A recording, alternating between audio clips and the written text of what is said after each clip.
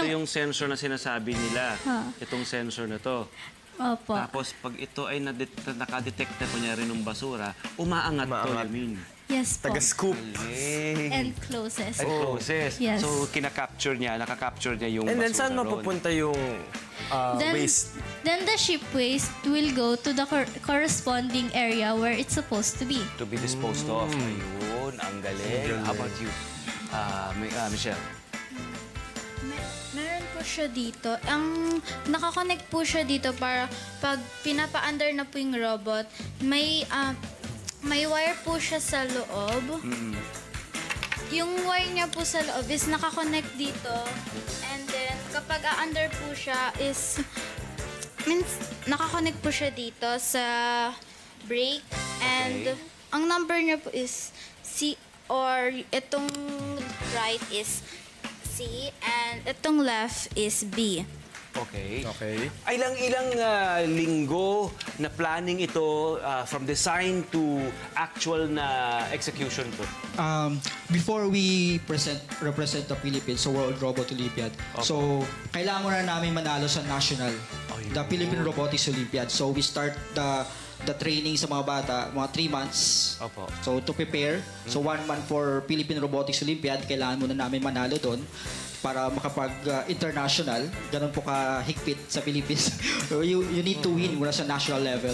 So kami, 2 taon na kami nanalo to represent our country.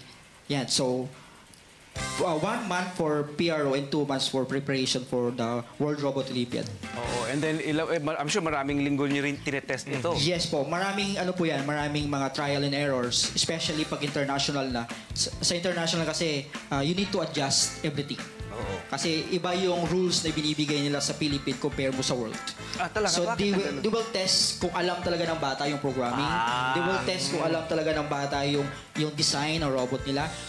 So, sa mismong competition, sir, what you're saying is kapag naroon, tinitweak nila yung mga katanungan, yung rules nila para matest yung kaalaman nila.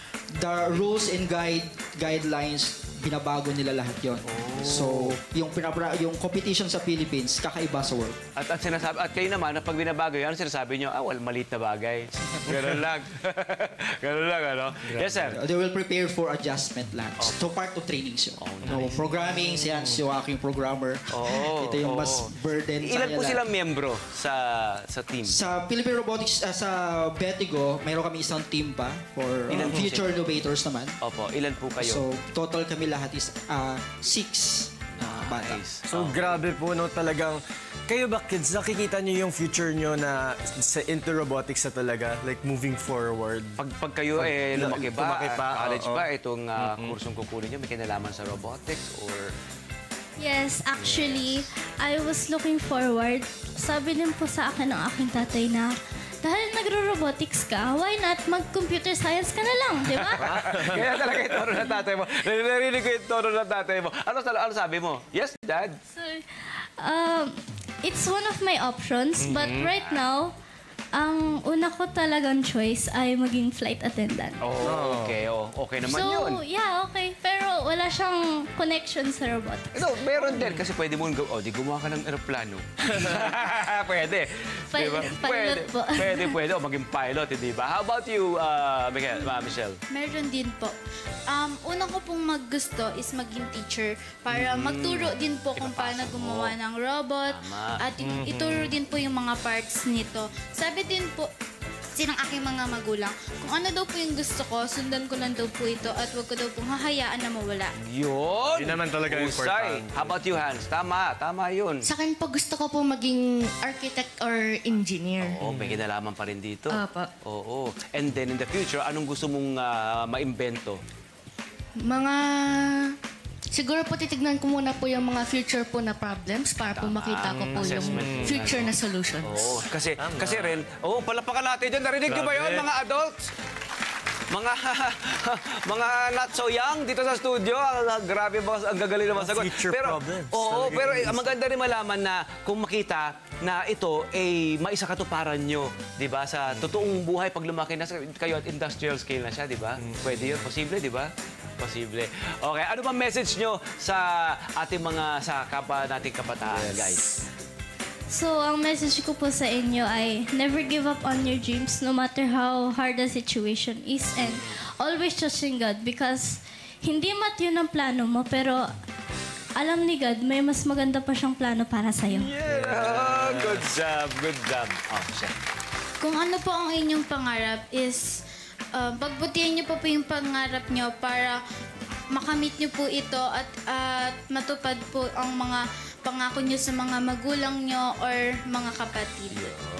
Good job. Hans. Si Hans. Para po sa akin, trust the process lang po. Aba, Kahit ano po oo naman. yan, kaya niyo din po yan makuha. Aba. Kahit anong hirap man po yan, magagawa niyo din po yan. Trust the process. How young are you, Hans? 11 po. 11. Nung ako 11, siguro ang payang mabibigay ko sa inyo, kain tayo. Kain tayo. Ano pong ulam? Yan, yung mga pero dito, but very good. Good job. Yes. Sir Mark, ano pong inyong mga ipapayo sa ating mga kabataan?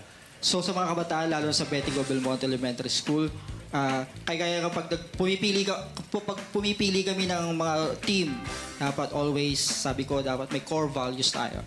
With respect sa coach and sa peers. Yun yung always na tinitignan namin sa bata. Kapag pumipili kami ng team. Core values po, yung number 1 sa amin. Would you like to invite them sa inyong social media accounts para updated po sila? Yes, so pwede po kayong Betigo Belmonte Elementary School na Facebook page. Yan, po pwede po nyo po i-visit. And also we have our own website, bgbs@depitqc.ph. Yes. Patrick. Winner na winner talaga. Congratulations, Congratulations, ulit. guys. Betigo Belmonte Robo Knights. Hello po mga Kanet 25! Si Kuya Tony Pet po ito mula sa Love, Tony Pet and Everything. For more Love, Tony Pet and Everything updates, just click on our subscribe button and follow us on our Net25 social media pages at Net25 TV and at Net25 Entertainment Facebook. Magkita-kita po tayo!